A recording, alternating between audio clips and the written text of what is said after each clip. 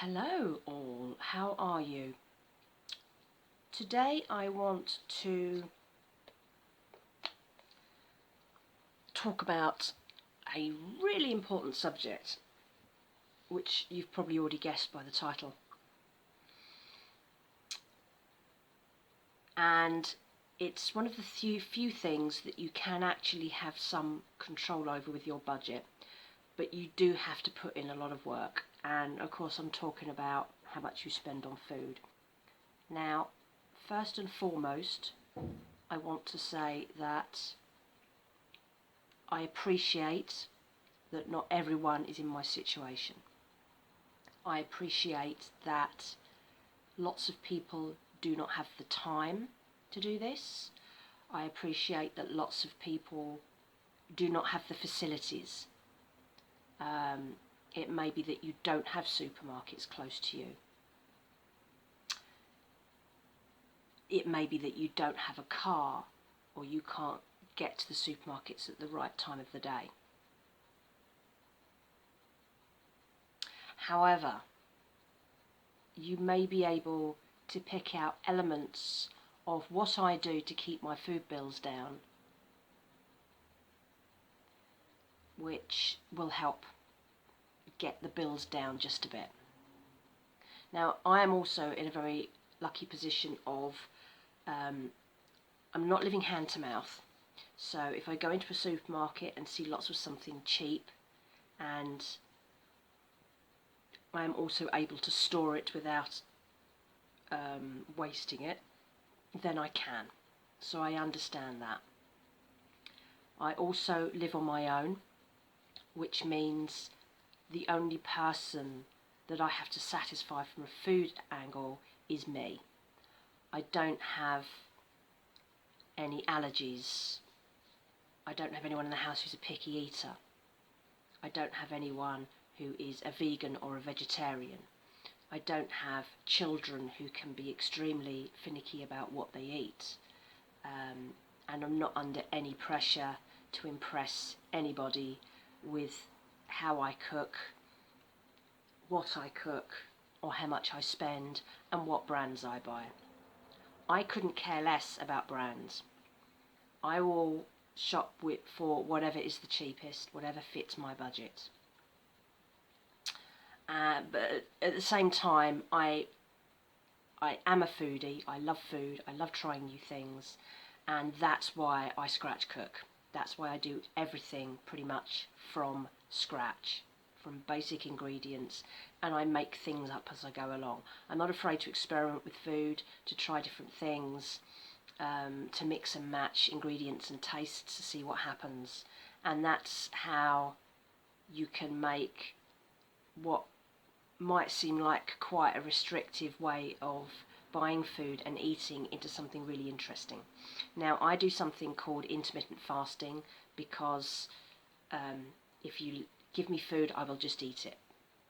I love food for all sorts of different reasons, and because I work from home, the kitchen is always just in the next room, so it's really easy to be tempted. So I do intermittent fasting, which means that not so much in the winter because it's a struggle, but I try to not eat after 6 o'clock in the evening and not eat before 11. So I don't do breakfast and I don't really snack. The problem is that once I start, I can't stop. So, and I found that by doing the intermittent fasting, I feel better, I sleep better because I'm not going to bed with a full stomach, and of course it's really good for budgets and things as well. Breakfast you can do as plainly as you need to. I know that my parents they do breakfast and then they won't do anything until dinner, which is, I can't do that. I can't go for that length of time. In the morning it's fine. It takes me a while to get going in the morning, so I find that I'm not really interested in eating. I'm not feeling hungry until about 11 o'clock. I'll have my coffee when I first get up, and then that will do me until 11, half 11, and then I will do my lunch at 12, and my main meal is lunch. So I will do my main meal at lunchtime. I will do a much lighter tea in the evening at 5, and then after 6, I try not to eat. Sometimes I fail. This time of year, when the light levels are low, when it's cold, when it's getting dark really early, and SAD is a real thing for most of us. We do feel the effects of that need to want to kind of semi-hibernate and eat more, because it's how the light levels affect our brains. So I do give myself a little bit of slack on occasions, but I try to stick to the routine.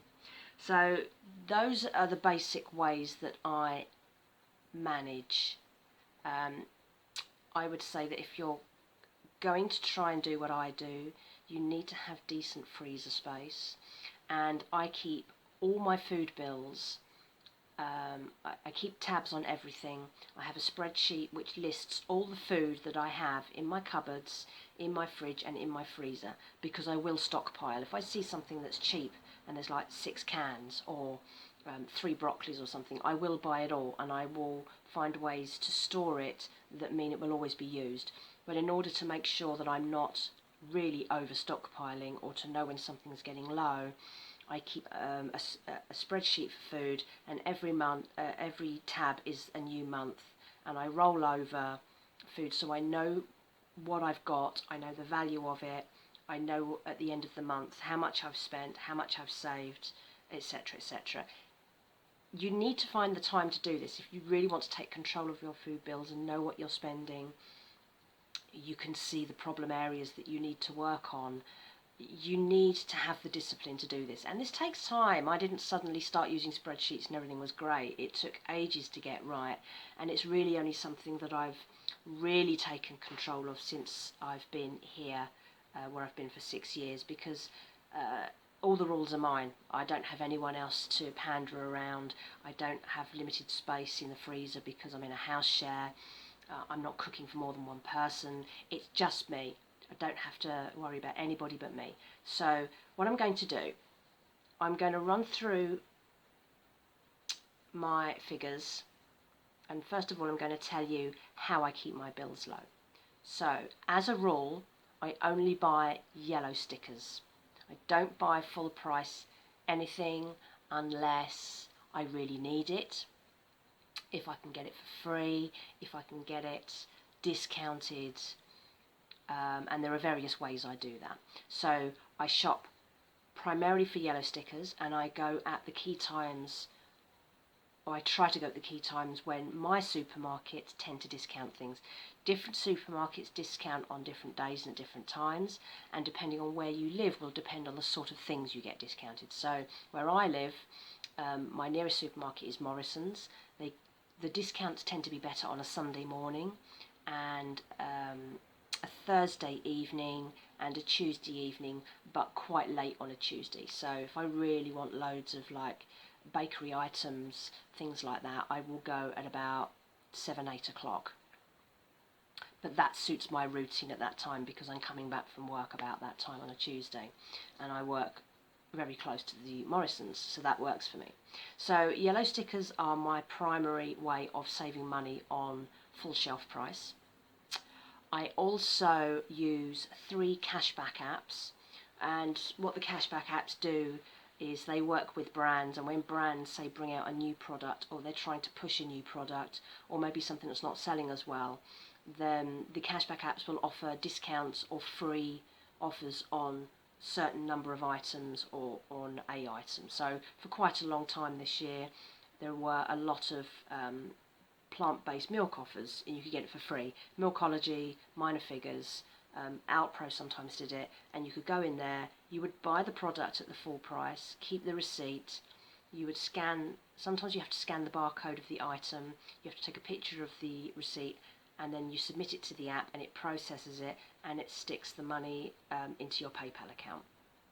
And they can vary. Sometimes it takes a few days, sometimes they drag their heels and you might wait a week and a half. It depends on the app. The 3 apps that I use are Shopmium, Checkout Smart and Green Genie. These are the ones that I use as standard. Occasionally you might see offers come through from other apps, like recently I got Carlsberg alcohol-free 4-pack through something called Hashting, which I've never used before. There are certain shopping bloggers who will publicise when these deals come up. So there's one that I follow on Instagram called Penny Pincher, or the Penny Pincher, who I have mentioned in here before, and I'll include his information below. And he's really good for keeping an eye out for when freebies are coming up, one-offs, things from like top cashback, things like that. I don't tend to use those. They don't work for me because a lot of these apps are fixated on brands and expensive shopping and things that I just don't do. The other way that I save money on my shopping is through taking surveys, which I do online and have done for a couple of years now. Some of the survey sites will pay you in gift cards, and you can choose your gift cards. I always choose supermarket gift cards because that's where I spend my money. I'm not interested in Starbucks or Costa or Amazon. I don't shop with any of those places. So I will normally pick up Tesco gift cards, and then I will batch them up, decide what it is I need from Tesco's. I never just blow them on fun stuff. It's always, am I getting low on something? Am I passing Tesco's and I could do with more toilet rolls or more cooking margarine or something else, or maybe it may be that on the cashback apps Tesco is doing a free something. And that's the other way I make money, is if you have a gift card for a supermarket and then on a cashback app you see an item that's free with that supermarket. If you go in and you buy that item with the cashback app, but use your gift card, so you've paid via the gift card, so that means you've got the item for free anyway. You then scan the receipt in the item as you're supposed to for the cashback app, and then the cashback app will pay you back that money. So in effect, you've used your gift card to get something for free, and then you've used the cashback app to convert that spending on the gift card back into cash that goes back into your bank. So you're actually making money, and that is why the figures that you will see are what they are, because I convert a lot of gift cards back into cash by using free or discounted items on cashback apps. So I've got a spreadsheet for my whole year of shopping. These figures might be slightly out because I'm recording this before the end of the month, and if I see a deal come up either before I go away for Christmas, or maybe something will come up while I am at my parents' and I can get to the supermarket that the deal's at, then I will. So these figures might be a little bit out, but as a general rule we're in the right ballpark. So I always keep an idea, the details of how much the full price was on the item when I bought it. So when you go for yellow stickers, you'll see the full price item and then the discounted price. So if I had bought everything that I've bought this year in a supermarket, food wise, this is just food, at the full price, I would have spent £953 and 36 pence, which works out, I think, let me just have a look at my spreadsheet, which would work out at about £80 a month for shopping, which lots of you single people out there might still think is really, really cheap. That sounds like an enormous amount of money to me. As I say, I don't buy branded items unless I'm getting them free or heavily discounted through an app. I'm just not a brand person. I don't think most of the brands are any better than the cheap stuff, and because I scratch cook, I tend to find that making stuff from home is better than brands anyway. Excuse me, just going to have a drop of tea.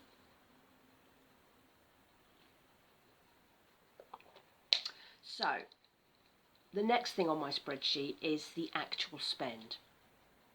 That is the money I have physically had to part with after I've done discounts, after I've done gift cards. So this is the money that I have actually spent for the year. This is the whole year. And that comes to £129.72, which works out at £10.81 a month for food. Yes, that is not a lot of money, but that's what it is, and that's why you have spreadsheets, because they do the adding up for you. And there are some months where I don't spend any money at all, because it may be that I have lots of gift cards, it may be that I get a lot of stuff for free on the cashback apps, or it may be that I've spent a small amount and the cashback caps have put all the money back into the account. So with the way that seesaws, that's what I've actually physically spent. That is the actual money that I've had to part with and I haven't got back in any way at the supermarket. That's £129.72. Then I look at the yellow sticker savings. What have I saved on the full price by just buying yellow sticker items? So most of my yellow stickers tend to be vegetables. I get loads of discounted veg. That's just the way my supermarkets work. I don't know if it works for all. It depends on the area. If you live in an area where lots of people like to buy vegetables, I don't think I do. I think I think lots of people around here are be it and takeaway people, so we end up with a lot of veg at certain times.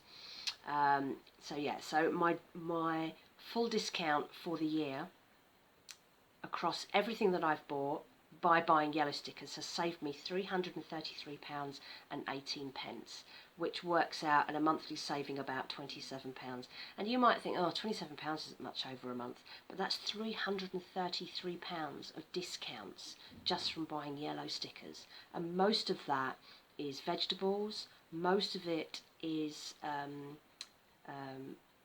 shelf-steady products, so tinned items, flour, things that will last a long time in the cupboard. And I've shown my larder before where I keep all the overstock and how organised I've become with that.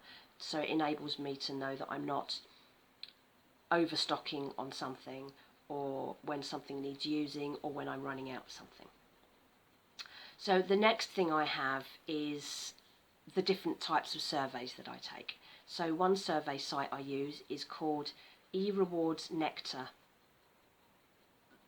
and they have been in the past quite a good site. So you would earn points, and when you hit 1,000 points you could convert them into Nectar points that would be dropped straight onto your Sainsbury's Nectar card. Now, they've not been as good in the last few months. The app and the website has become quite glitchy, and I found it quite hard to get into.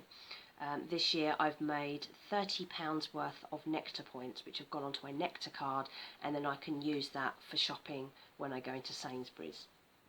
So I'm hoping that might improve again next year. We'll see how we get on. The next one is Nectar Canvas, and this is the survey site that is run by Nectar, by Sainsbury's Nectar, and you get a lot of surveys here.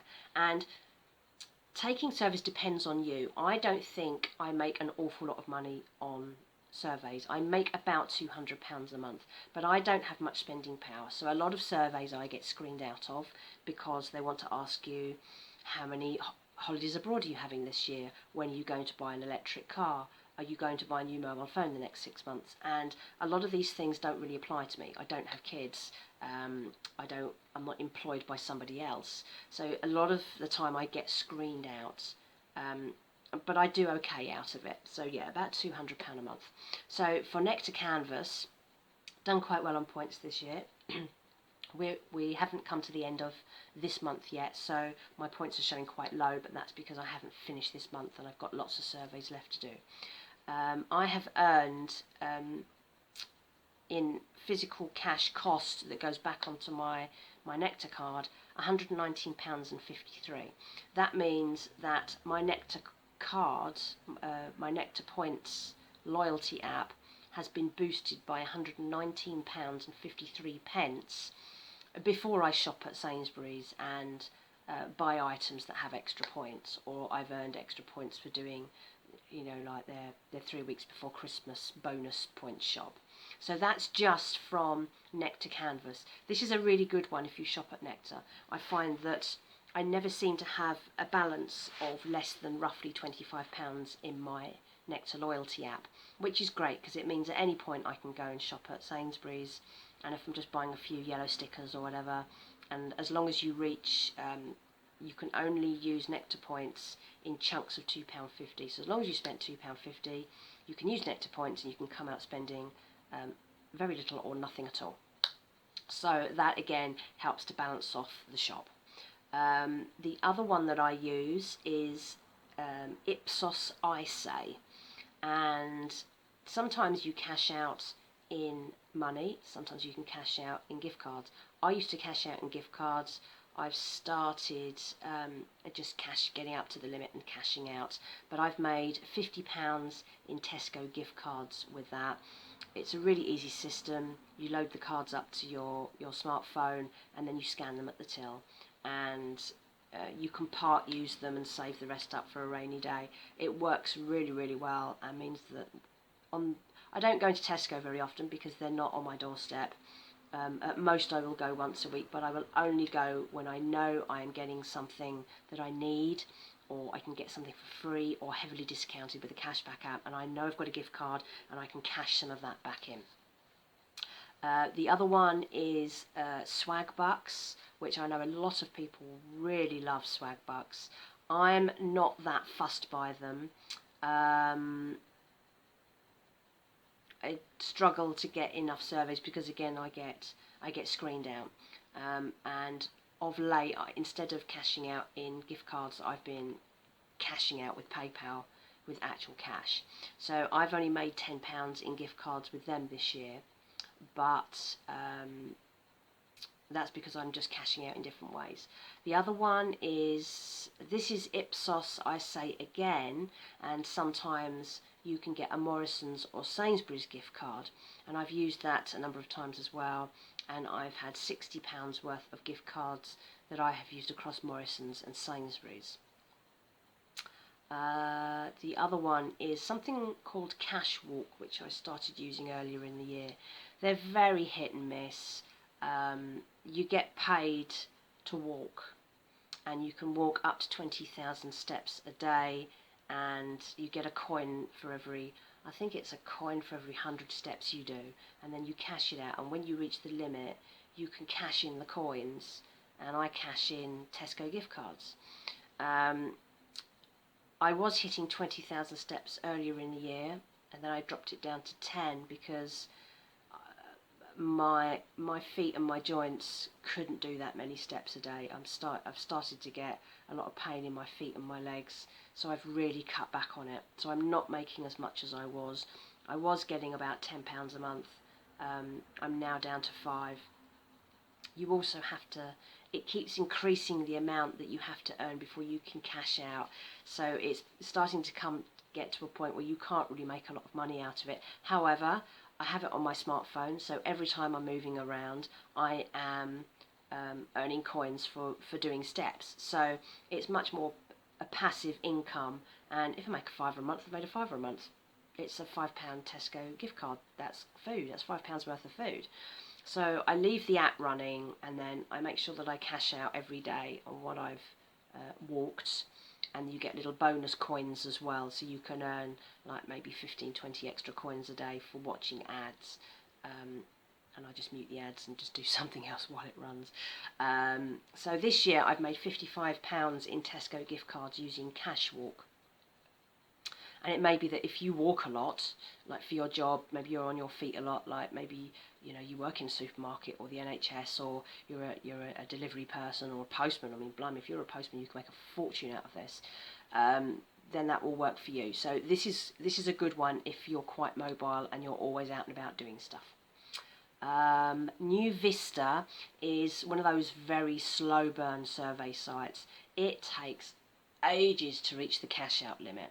So I reached it in October, and the cash out limit is paid in gift cards, and I went for the Sainsbury's gift card, and it took me like a year, but it was 50 quid. It was £50 worth of Sainsbury's, and I used that to help pay for Christmas. I've used that for food, and of course I earn points back when I shop, so even though I'm using a gift card, I'm still earning a little bit back into Nectar points as well. So it might only be once a year, but 50 quid is 50 quid. I mean, when you add it up with all the other things, it helps to make a lot of money. The other site that I used to use that used to be really good, and I used to get Morrison's gift cards with this, was a site called Moviegoers. And if you saw, you could bank up to 3 applications a week, and you would cash out at £10. And it was, so if you saw an advert for a movie, or a review for a movie that was in the cinema, you would fill out a little survey and you'd make £2.50 each time. And when you got to £10, you could cash out. And it's not very often that you get Morrison's gift cards on any of these survey sites. You very rarely see them. So I liked that because it meant I could get my Morrison's yellow sticker food for free. Then they changed the format and they've changed it over to surveys, and it's absolute rubbish, so I haven't earned anything from it since September. But I made £57.50 in Morrison's gift cards using that site. The Morrison's More card, that's their loyalty card, is absolute rubbish. It takes forever to earn anything on that if you shop like I do.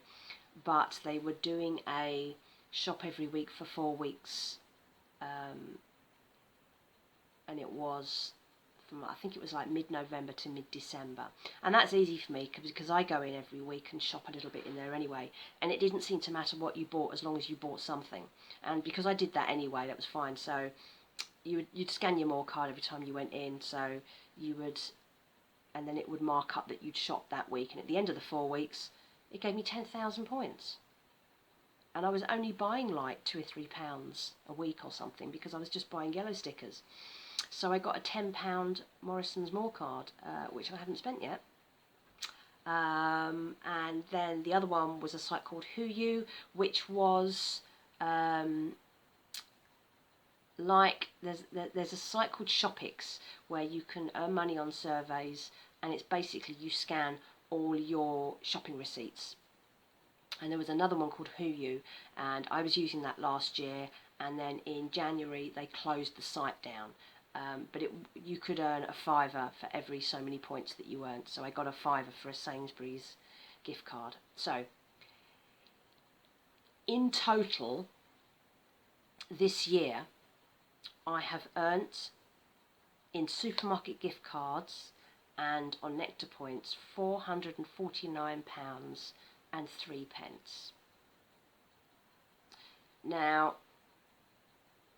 what you have to bear in mind is that my physical spend was £129.72. So that means that I've made a profit on my food shop. I've actually put money back into the bank on my food shop, which is kind of insane, really. Just cutting in here because I forgot to include a major piece of maths in all this, which is the amount of money that I have saved, or the money that I've earned back from cashback sites. I completely forgot to add that, and it's there in a column in my spreadsheet. I'm an idiot, I'm sorry.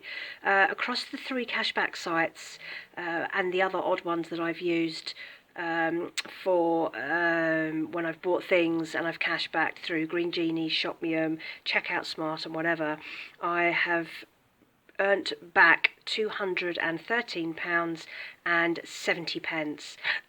I will add that to the list on the side there, but apologies for completely missing that out. Back to the video. So yeah, I've profited on my food shop, and I physically spent £129.72 for one person in a year, and a reasonable number of those things that I've bought have been branded items because the cashback apps will only advertise branded items, so it's not like this is a basic food quality. My my scratch cooking ability is quite varied. I do everything from bread, stir fries, pies, all sorts of things, pastry, pizzas, whatever I can do from scratch I will try. I have what I consider to be a healthy diet. It could be healthier, but that's not because I can't afford the food, it's because I just like all the food. That's the problem. I will try and make amends with that next year, but food has always been my nemesis, always. Ever since I was a child, I've always been a foodie. I was brought up in a family where meal times, eating was a social occasion.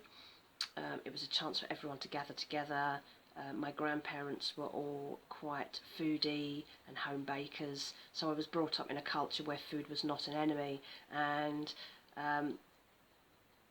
ate a lot of food. My mum used to make a lot of things from scratch, a lot of baking, a lot of homemade stuff, and I grew up not being afraid of food. I was always happy to try anything new that I didn't know for the first time, so I had quite varied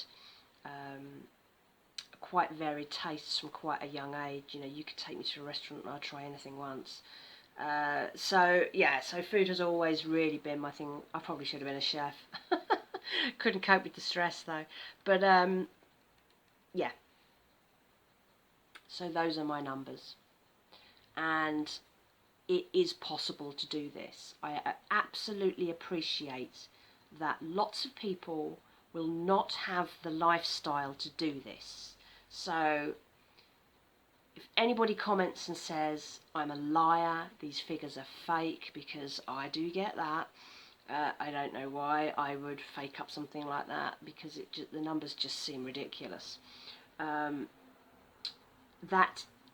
because I keep the spreadsheets and I keep a tally of everything, that is what I know. Those are the actual numbers. But I do understand that this is probably insurmountable for lots of people. You have busy lifestyles, you've got busy day jobs, you've got to get the kids to school in the morning, you've got to pick them up after work, they won't eat this, they won't eat that, you don't have time to cook. You don't have time to batch cook at the weekend, because at the weekend the kids want to go out and do stuff, or you've got to go and do the weekly shop, and you don't want to be running around between 4 supermarkets trying to find the yellow stickers, which they don't do at the weekend mostly, especially on Saturday, because that's when they know everyone's going in to shop, so everything is full price, because they know you're just going to grab whatever's on the shelf. I don't fall for the promotions, and I've started to look at the the by gram and the by milliliter costs on some things. Like if I'm trying to work out which peanut butter is best to buy, or which milk is best to buy, should I buy a 4 pints, or is it going to save me a few pence per pint or per litre if I buy the 6 pint and then stick it in the freezer, which is what I'm now doing. Because I used to buy all the plant-based milks for free, and I didn't have to buy milk at all this year until about a month ago, and they stopped doing all the offers. I've decided that I'm just going to buy a 6 pint of milk with nectar points, because all the supermarkets tend to have their milk at the same price if you're buying average milk. I buy the 6 pints whole milk, I dilute it down to make it into 12 pints, and I stick it in the freezer. And that then means that I have 12 pints of milk that is lasting me quite a long time. And I don't drink a lot of milk. I have it in tea and coffee. I might have cereal once a week, because now I'm going out to do a morning clean. I'm missing lunch, so I'm tending to do breakfast. So sometimes I'll do cereal if I don't have anything else in, depending on what mood I'm in. But I don't use a lot of milk, so stacking it up into the freezer means I only have to go maybe once a month, once every couple of months, depending. I also use it for baking and things like that. So it really does depend on what I'm doing. So I get that lots of people do not have the time to look at those detail stickers, and that's what the supermarkets are banking on, that you won't have the time and you won't care, and that all you're interested in is the convenience of just going along the shelves, taking whatever's at eye line that suits the budget, that suits what your household will eat, and then you get to the till and realise you've spent 150 quid on your weekly shop, or whatever you're spending. I don't even know what people are spending. I know that my best friend's probably spending about $250 a week. They've got 2 teenage boys, but they're all high-end eaters. Her partner is a vegan, one of her sons is a vegan, so everything's through the roof, because those things are just so expensive. If you are a vegan or a vegetarian and you find that ready-made stuff is too expensive, make your own. Learn how to cook from scratch. You can make your own bread. You can do vegetarian stir-fries. You can make your own falafels and things like that. Just learn to do it that way instead, and you could save an absolute fortune, even if you have a very specific diet. But yeah, I'm starting to waffle now, because I think I've said what I need to say. Do add comments and questions to this if there's anything that's not clear. I've put details as I go along the side so that it's easy for you to take notes if you need to, get an idea of how things work, particularly where you're looking for the cashback sites, particularly where you're looking for survey sites. It may be that you only want to do surveys on sites that give you gift cards because, you know, if you're sitting on a train doing a 2-hour commute each way every day, you could just sit there doing surveys and earn supermarket gift cards. You've made money for sitting on a train. So there are ways that you can monetize those little amounts of time that you have.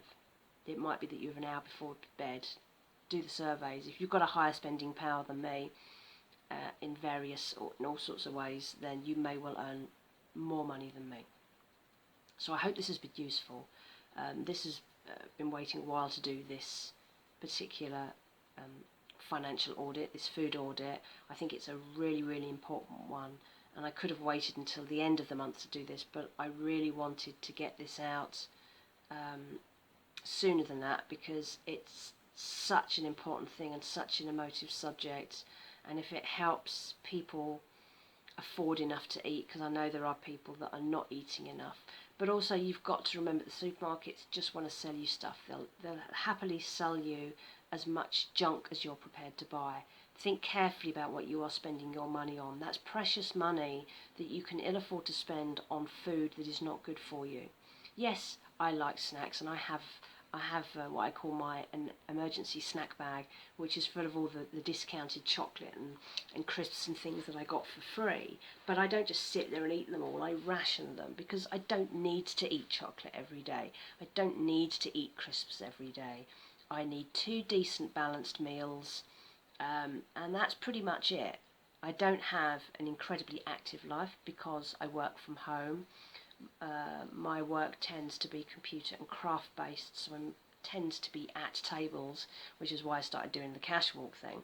So I don't need to eat huge amounts of food, and most people don't. When I go and do the cleaning work for the businesses, the amount of food, and I empty the bins, and their bins are of full of crisp wrappers and fizzy drinks bottles and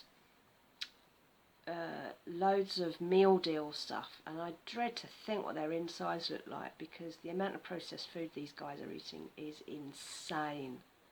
And I never buy a ready meal unless I did do the macaroni cheese because it was 85p and it was good, but I wouldn't do those all the time, and I would certainly not be paying for them. I would be buying them through Nectar points. Yeah, I think that covers it. If I've missed anything or anything I've said doesn't make any sense, and please don't post, I think you're lying, these numbers aren't real, you can't possibly be only spending £129 a year on food. Yes it is, this is it. This is what you can do, but you have to really work hard at it. You have to be disciplined. And I know that people are like, oh, you're just bleeding the joy out of life by doing this. I've saved like 800, 700 and something quid on food. That's 700 and something quid that I can spend on something that is fun, that is nice. And I'm sorry to say, modern life is not all about just earning tons of money and going on loads of holidays and not having to make efforts. Not everything is convenient. Not everything is going to be easy. And life is no longer like that. I think those days are gone. I think the days of, unless you're in that top 1%, life is going to be hard from now on. They reckon that the interest rates that are around at the moment, which of course affect mortgages, are going to be around probably until I think it was 2026, Martin Lewis said. But what you've got to remember is, people keep saying, when are the interest rates going to go down? But the interest rates have been artificially low for years. This rate that we have now is what used to be normal. I remember when it was easy to get a 5% savings rate on an easy access bank account. That's now rare, but that used to be the norm. So if we are now back in the norm, and it stays like this, you've got to get used to this, as this is how much life is now going to cost. This is what it is, and you've got to work with it, because you can't make anything change unless it's going to change through things that are outside of your control. So you've got to work the system. Play the system in its own game. If retailers want to put the price up of all your food shopping, find ways to get it down. Don't just go with it and give them your money. It's just for stakeholders. It's just for CEOs. You can guarantee that the suppliers aren't making the money on this. This is going into profit margins and CEO pay packets. Why would you want to voluntarily give them your money? So think really hard about what you can do. Maybe that should be your New Year's resolution, is to crack down on the amount of money you waste on unnecessary food and buying things that you just don't need. It's time to pare back your life. 2024 is not going to be any better than this year. It just isn't, and I'm sorry to say that, but this is the reality, and you have to, let's use the old catchphrase, grab the bull by the horns and just deal with it. You have to. You can't just sit there saying, oh, well, it's expensive, I'm just going to keep hemorrhaging money. I read a news article this morning that said something like 380,000 people were going to be homeless or in temporary accommodation this Christmas. So many people have lost their homes because they can't pay their mortgages and they can't pay their rent. Get your bills down. Grab control where you can. There is always a little something that you can do to take the edge off things, even if it's not a major difference. Literally every penny counts at the moment. It really does. I use several supermarkets now. I regularly use Morrison's and Sainsbury's and Tesco because of the cashback apps. So I do float between different stores. I have several other supermarkets in my town. They don't offer the right, they don't offer the deals that work for me. So we have a Lidl's and an Aldi, but they don't really offer the discounts that I can get by shopping the way I do. But different things work for different people. You may only have access to a couple of supermarkets. That doesn't mean you can't make some money back. The cashback apps cover most of the supermarkets. There's everything from, the ones I've mentioned. They have Co-op, Asda's on there, Holland and Barrett. Some of the discount stores, B&M appears on there. Waitrose is on there. So it covers all the ranges, and you just need to look on the app and just see what's offered in different places. And it may be that if you are used to buying a certain brand of something and that comes up on the cashback app, you can get a discount on the item you would have bought anyway. Don't buy for the sake of a discount if it's not something you would normally buy. Keep an eye on your budgets and see how you get on. As I said before, do drop me comments if there's anything you think I've missed, because maybe you've got a really good tactic that works. If anything isn't clear, and let me know how you get on, because I think this is an incredibly important subject at the moment. There aren't many things we have control over financially at the moment. This is one thing you might be able to make a big difference in. So I hope that's been useful, and it's a slightly depressing subject, I suppose, having to cut all your food bills, but we don't live in that world anymore, and we just have to get on with it. So have a good rest of your day, and I hope you have found this useful. Catch you soon!